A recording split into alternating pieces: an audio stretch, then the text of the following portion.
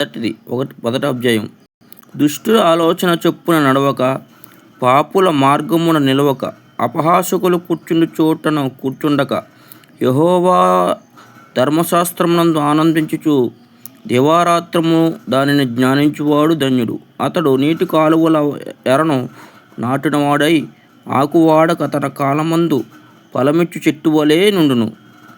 అంటే మనం ఎట్లా ఉంటున్నాం? మనం క్రైస్తవులమైన మనము అపహాసకులు కూర్చున్న చోటున కూర్చుంటాడు. అంటే ఫోన్లో వస్తుంటే చూడు, అపహాసకరమైన క్రియలు, మాటలు, రీల్స్, అయ్యే అపహాసకులు కూర్చున్న చోట కూర్చుంటాం. అంటే పాపుల మార్గం అంటే బయట వ్యక్తులు ఎలాగ వెళ్తున్నారో మనం కూడా అలాగే వెళ్తున్నాం. కొంతమంది మనలో అలా వెళ్ళకూడదు. మనం సపరేట్, మనము దేవుని దృష్టిలో సపరేట్గా విభజించబడిన వారము, పరిశుద్ధులముగా మనం జీవించాలి.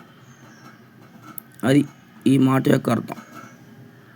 ఈ చిన్ని వాక్యము దేవుడు దీవించి ఆశీర్వదించును గాక. ఆమేన్.